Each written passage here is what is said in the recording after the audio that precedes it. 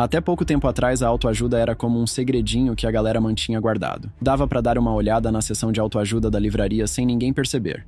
Ou até ir numa conferência sem comentar com ninguém, tipo, precisava estar na vibe antes de admitir. Era fazer antes de poder ter. E mano, como as coisas mudaram.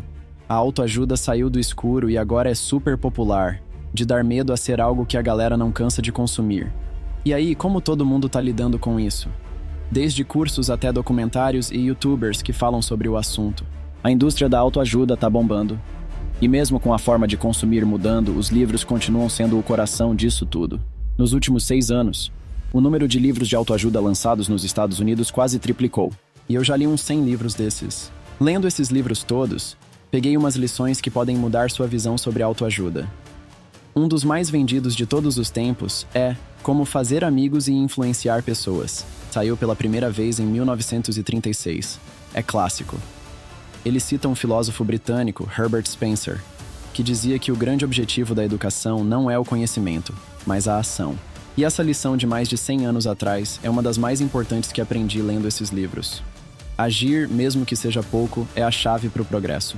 Pode ler todos os livros de autoajuda do mundo, mas se não está colocando em prática o que está aprendendo, é como ler ficção. Então, se está lendo um livro sobre finanças, tenta pagar tudo em dinheiro, como o autor sugere. Ou se está lendo sobre exercícios, segue o conselho de caminhar 10.000 passos por dia. Se quer mesmo melhorar na vida, seja nas finanças ou na saúde mental, tem que garantir que está dando esses passinhos pequenos na direção certa. E não só pensando o que realmente pode funcionar. Uma boa dica é escolher pelo menos 3 ideias de cada livro e botar em prática logo. Os melhores livros facilitam isso. Um exemplo que me marcou foi de um livro chamado The Flinch, onde o autor, Julian Smith, fala sobre como a gente recua diante do medo. Ele usa um exemplo de um boxeador amador. Nas primeiras vezes que alguém toma um soco, a reação é recuar, né? Mas se quiser ser bom ou só ter uma chance de não levar uma surra, tem que treinar esse instinto de novo. O mesmo vale para atividades criativas e para a vida em geral. No livro ele fala assim: quer um exemplo do Flint? Experimenta quando estiver em casa ir para o banheiro, chegar no chuveiro e ligar a água fria. E aí ele incentiva o leitor a esquecer as desculpas e pular na água gelada. Lembro que quando li essa parte do livro anos atrás, pensei que jamais faria isso. Então, comecei a reconsiderar e percebi que deveria colocar essas lições em prática. Decidi encarar o desafio e ver no que dava. Por isso, dei o salto e tomei uma ducha fria. Conforme ele explica, ao nos expormos repetidamente a esses desafios, grandes ou pequenos, desde convidar alguém interessante para sair até fazer uma apresentação para muitas pessoas, começamos a superar o medo e a construir a vida que desejamos. A verdade é que a maioria das pessoas nem termina os livros que começa, quanto mais põe as lições em prática. Como Tony Robbins escreve no início do clássico Desperte o Gigante Interior, menos de 10% das pessoas que compram um livro passam do primeiro capítulo.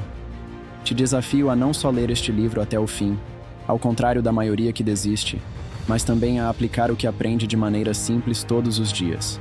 Quando olho para a lista dos 100 livros de autoajuda que li, é quase impossível lembrar mais do que 2 ou 3 lições de cada livro, mas todos têm insights que mudam a vida. Um dos maiores erros que cometi no início foi não tomar notas melhores enquanto lia. Embora tenha mudado isso, muitas vezes eu era meio cauteloso com meus livros. Não queria marcar as páginas ou fazer anotações. Mas se você lê muito, é essencial rastrear as lições importantes e os insights que você obtém das páginas. Caso contrário, entra por um ouvido e sai pelo outro.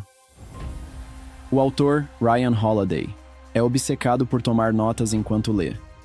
Ele diz que a chave do meu sistema é o ritual: ler um livro ou um artigo e marcar diligentemente os trechos e partes que se destacam para você. Se você tiver um pensamento, anote na página. O sistema exato não importa tanto quanto ter uma maneira simples de capturar e organizar informações. É tudo sobre encontrar uma estratégia que funcione para você.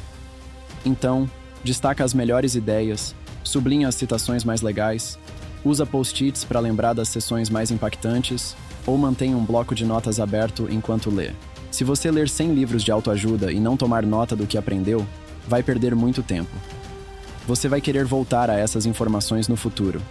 Portanto, precisa tornar o mais fácil possível encontrar exatamente o que está procurando. Curte esse vídeo e comenta o que você acha sobre isso.